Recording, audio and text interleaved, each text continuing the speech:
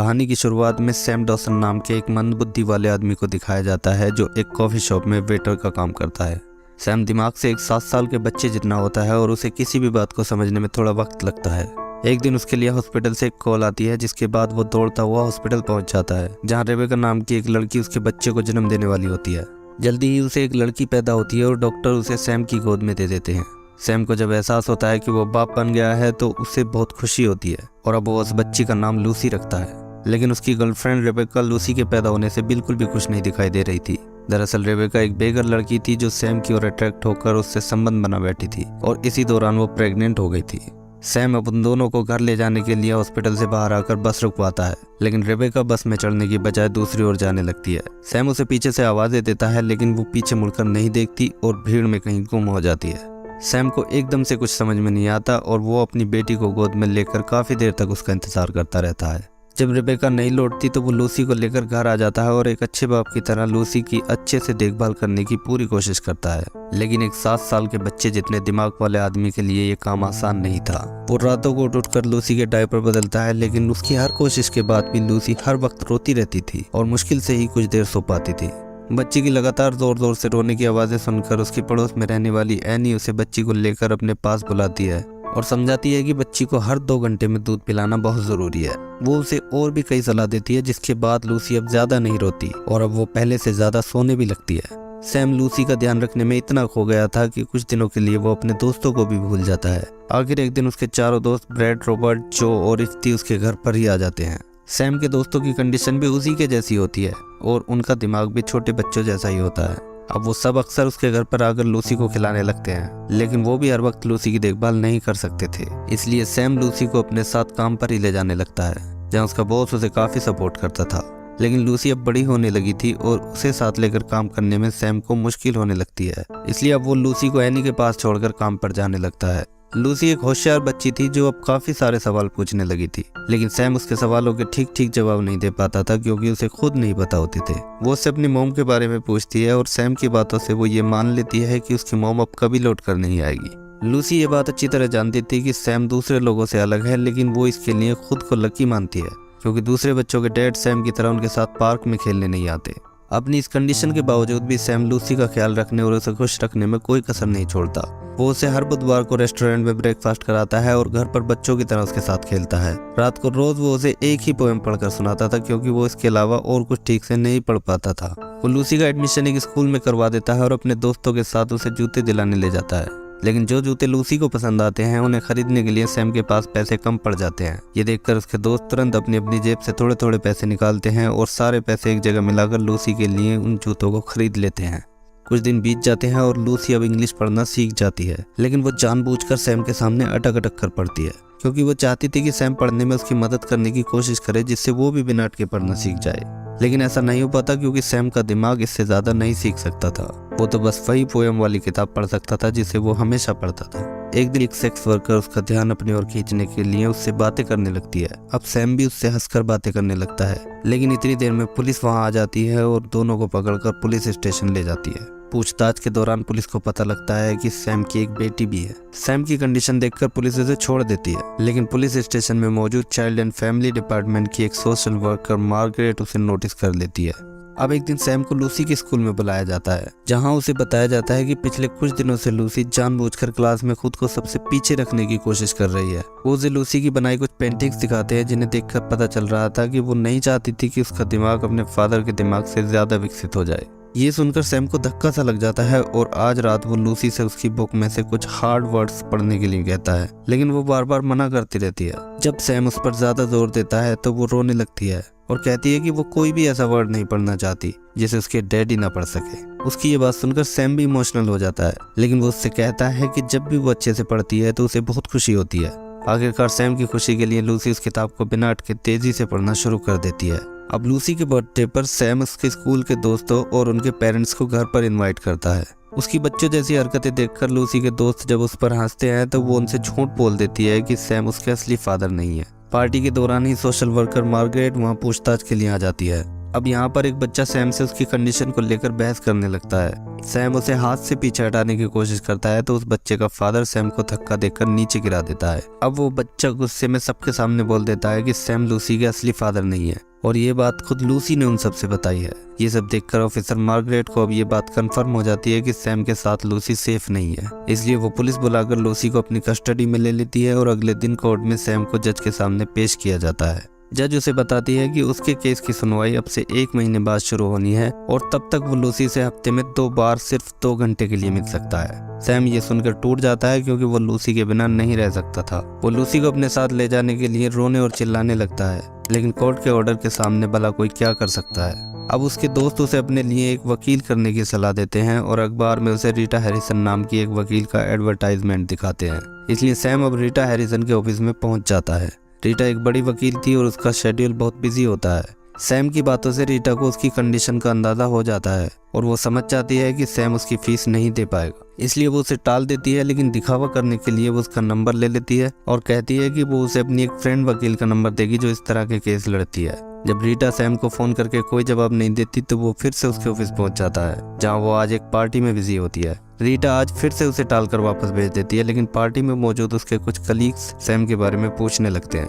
अब रीटा सबके सामने एक अच्छा इंसान होने का ढोंग करती है और कहती है कि वो सैम का केस फ्री में लड़कर उसकी मदद कर रही है। उसके सभी कलीग्स इस बात पर हंसने लगते हैं क्योंकि वो सब रीटा को अच्छी तरह जानते थे कि वो कभी भी किसी का केस फ्री में नहीं लड़ सकती।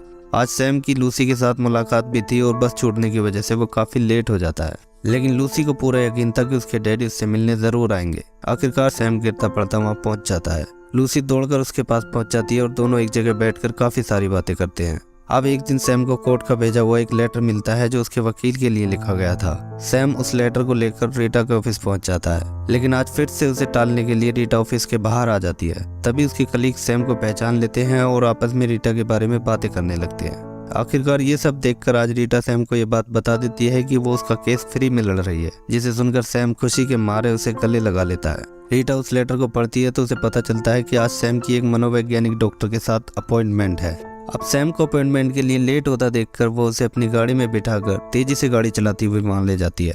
वो डॉक्टर सैम से लूसी के बारे में कई सवाल पूछकर ये पता लगाने की कोशिश करती है कि सैम के अंदर एक अच्छा पिता बनने की काबिलियत है या नहीं, लेकिन सैम डॉक्टर के सामने भी वही बच्चों जैसी बातें करता है और डॉक्टर उसी आधार पर कोर्ट में पेश करने के लिए अपनी रिपोर्ट तैयार कर लेती है। अब केस की सुनवाई शुरू होती है और कई तारीखों पर अलग अलग लोगों को बुलाकर उनसे लूसी और सैम की रिलेशनशिप के बारे में सवाल किए जाते हैं। सरकारी वकील मिस्टर टर्नर का पॉइंट ये होता है कि सैम, जिसका दिमाग एक 7 साल के बच्चे जितना है, जिसे 2 को 2 से मल्टीप्लाई करना नहीं आता, जो 8 साल में कॉफी बनाना नहीं सीख पाया और जो अपने इमोशंस को कंट्रोल नहीं कर सकता, क्या उसे एक 7 साल की बच्ची की कस्टडी दी जानी चाहिए? क्या वो लूसी की परवरिश ठीक से करने के काबिल है? लेकिन रीटा भी एक तेज तर्रार वकील थी। वो अपने सवालों से उस मनोवैज्ञानिक डॉक्टर को गलत साबित करती है। वो एक ऐसी लेडी का एग्जाम्पल देती है जिसका IQ सैम की तरह ही कम था, लेकिन फिर भी उसकी बेटी एक डॉक्टर बनने में कामयाब रही और इसका पूरा क्रेडिट वो डॉक्टर अपनी माँ को ही देती है। इसके अलावा सैम का बॉस और एनी भी कोर्ट में उसके सपोर्ट में गवाही देते हैं, लेकिन कई सुनवाई के बाद भी कोर्ट किसी नतीजे पर नहीं पहुंच पाता। अब इतने दिन तक सुनवाई के बाद लूसी को डर लगने लगा था कि अगर वो केस हार गए तो उसे अपने फादर से अलग कर दिया जाएगा और फिर वो सैम से कभी नहीं मिल सकेगी। इसलिए एक दिन मुलाकात के दौरान वो सैम से झूठ बोलकर उसके साथ यहाँ से बहुत दूर भागने की कोशिश करती है, जहाँ उन्हें कोई भी न ढूंढ सके। लेकिन सैम अच्छी तरह से जानता था कि ये सब गलत है, इसलिए वो उसे लेकर वापस आ जाता है। लूसी किसी हाल में भी सैम से अलग नहीं होना चाहती थी, इसलिए वो कोर्ट में झूठ बोलती है कि उसने अपनी बर्थडे पार्टी में किसी से नहीं कहा था कि सैम उसके असली फादर नहीं है। अब अगली तारीख पर कोर्ट में सैम से पूछताछ होने वाली थी। इसके लिए रीटा एक रात पहले उसे अपने साथ अपने घर ले जाती है, जिससे अगले दिन होने वाली सुनवाई के लिए उसे तैयार कर सके। घर पर रीटा का बेटा विली अकेला बेटा मूवी देख रहा होता है। वो रीटा से ठीक से बात नहीं करता क्योंकि रीटा और उसके हस्बैंड में से कोई भी उसके साथ वक्त नहीं गुजारता था। वो दोनों ही अपने अपने कामों से देर रात में लौटते थे। सैम रीटा से विली के साथ बैठकर मूवी देखने के लिए कहता है, लेकिन रीटा उसे कल की सुनवाई के दौरान पूछे जाने वाले सवालों के लिए तैयार करने में लग जाती है और उसे अपने हस्बैंड का एक सूट कोर्ट में पहनकर आने के लिए दे देती है। अगले दिन कोर्ट में जाने से पहले वो अपने काम पर उसी सूट को पहनकर चला जाता है। यहाँ हड़बड़ी में वो अपने सारे कपड़े खराब कर लेता है और इसी हालत में भागकर कोर्ट चला जाता है। अब पिछली रात की प्रैक्टिस उसके बहुत काम आती है और वो सभी सवालों के जवाब सही सही देता है। लेकिन मिस्टर टर्नर अब उसके इमोशंस के साथ खेलते हैं और कहते हैं कि क्या वो लूसी को वो सारी सुविधाएं दे सकता है जो उसे मिलनी चाहिए। इस बात से सैम इमोशनल हो जाता है और कह देता है कि वो लूसी की अच्छे से परवरिश नहीं कर सकता। इस तरह से लूसी की कस्टडी छीन ली जाती है, लेकिन उसे एक मौका दिया जाता है कि अगर वो अपनी इनकम बढ़ा लेता है तो उसे लूसी की कस्टडी वापस मिल सकती है। तब तक लूसी को एक फोस्टर फैमिली को सौंप दिया जाता है। इस फोस्टर फैमिली में रैंडी नाम की एक लेडी अपने हस्बैंड के साथ रहती थी। रैंडी लूसी से बहुत प्यार करने लगती है। वो उससे घुलने मिलने की पूरी कोशिश करती रहती है और कहीं ना कहीं वो लूसी का भरोसा जीतने में कामयाब हो जाती है। लेकिन लूसी हमेशा सैम का ही इंतजार करती रहती थी, क्योंकि सैम यहाँ भी लूसी से हफ्ते में 2 बार मिल सकता था। मगर अब वो हार मान जाता है और उससे मिलने जाना बंद कर देता है। साथ ही अब वो काम पर जाना भी बंद कर देता है और हर वक्त अपने कमरे में बंद रहने लगता है। जब वो कई बार लूसी के साथ मुलाकात पर नहीं जाता तो रीटा उसके अपार्टमेंट में आकर उसे समझाती है और उसे हार न मानने के लिए कहती है। लेकिन सैम उससे ये कहकर मना कर देता है कि वो उसकी तरह परफेक्ट नहीं है और रीटा जैसी परफेक्ट जिंदगी वाले लोग उसकी फीलिंग्स को नहीं समझ सकते। इस बात पर रीटा बहुत गुस्से में आ जाती है और कहती है कि उसकी जिंदगी परफेक्ट नहीं है। वो उससे बताती है कि उसके हस्बैंड का किसी और के साथ अफेयर है, उसके कलीग्स उसे पसंद नहीं करते और उसका अपना बेटा उससे बात नहीं करना चाहता। बताते बताते वो रोने लगती है, जिससे सैम से चुप कराने के लिए गले लगा लेता है। इसके बाद रीटा की बात मानकर सैम अपनी पुरानी जॉब के साथ साथ एक और पार्ट टाइम जॉब करने लगता है, जिससे वो अपनी इनकम बढ़ा सके और कोर्ट के मुताबिक एक ऐसा अपार्टमेंट किराए पर ले सके जिसमें लूसी के लिए एक अलग कमरा हो। अब वो लूसी से फिर से मिलने जाता है। उसे देखकर लूसी बहुत तेज गुस्से में उसके ऊपर चिल्लाती है कि वो इतने दिन तक उससे मिलने क्यों नहीं आया। लेकिन फिर वो शांत होकर सैम की बात सुनने लगती है। अब रीटा कोर्ट में एक फाइल पेश करती है जिनमें सैम की जिंदगी में आए बदलावों की एक लिस्ट थी जो उसने लूसी को वापस हासिल करने के लिए की थे। लेकिन मार्गरेट बताती है कि लूसी के फोस्टर पेरेंट्स ने उसे गोद लेने की अर्जी लगा दी है, जिसे चाइल्ड एंड फैमिली डिपार्टमेंट पूरी तरह सपोर्ट करता है। इस बात से रीटा भी हार मान जाती है, लेकिन सैम लूसी से दूर नहीं रह सकता था, इसलिए वो लूसी के फोस्टर पेरेंट्स के नजदीक ही एक अपार्टमेंट किराए पर ले लेता है, जिससे वो रोज लूसी को देख सके और लूसी उसे। इस बात से रैंडी परेशान हो जाती है, लेकिन लूसी की खुशी का ठिकाना नहीं था। एक रात को लूसी चुपके से घर से निकलकर सैम के अपार्टमेंट में पहुंच जाती है। सैम थोड़ी ही देर में उसे वापस उसके फोस्टर पेरेंट्स के घर ले जाकर छोड़ देता है, लेकिन लूसी अब रोज ऐसा करने लगी थी और रोज सैम उसे वापस छोड़ने जाता था। इससे रैंडी और उसके हस्बैंड बहुत परेशान हो जाते हैं। एक रात को जब लूसी चुपके से घर से बाहर निकल रही होती है तो रैंडी वही दरवाजे के पास बैठी होती है। वो प्यार से लूसी को समझाती है कि वो आराम से अपने डैडी से मिलने जा सकती है, लेकिन जाने से पहले उसे उन्हें बताना चाहिए। रैंडी एक बहुत अच्छी लेडी थी और लूसी से बहुत प्यार करती थी, लेकिन जब से सैम ने यहाँ अपार्टमेंट लिया था तब से लूसी उससे दूर होती जा रही थी। अब रीटा अपने बेटे विली के साथ सैम के नए अपार्टमेंट में आती है और उसे अगले दिन होने वाली सुनवाई के लिए तैयार करने की कोशिश करती है, जिसमें लूसी के फोस्टर पेरेंट्स की उसे गोद लेने के लिए लगाई गई अर्जी पर बहस होनी थी। रीटा चाहती थी कि लूसी को जॉइंट कस्टडी में रखा जाए, जिससे सैम भी उससे मिल सके। वो उसे अपने हस्बैंड का एक और सूट कोर्ट में पहनकर आने के लिए दे देती है। रीटा इस बात से खुश थी कि उसने ये केस अपने हाथ में लिया, क्योंकि सैम और लूसी का प्यार देखकर उसने भी अपने बेटे विली के साथ ज्यादा वक्त बिताना शुरू कर दिया था और अब उसके और विली के बीच की दूरी खत्म हो गई थी।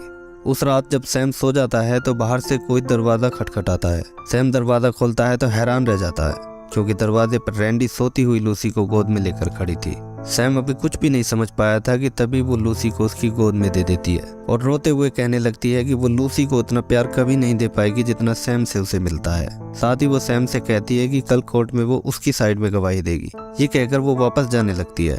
तब सैम उसे रोककर कहता है कि वो हमेशा चाहता था कि लूसी को उसकी माँ का प्यार मिले और वो ये जानता है कि रैंडी लूसी को एक माँ की तरह ही प्यार करती है, इसलिए वो उससे ऐसे ही लूसी को उसकी माँ की तरह प्यार करते रहने की रिक्वेस्ट करता है। सैम की इस बात से रैंडी खुश हो जाती है और वो बिना देर किए हाँ में सर हिलाकर सैम का शुक्रिया करती है।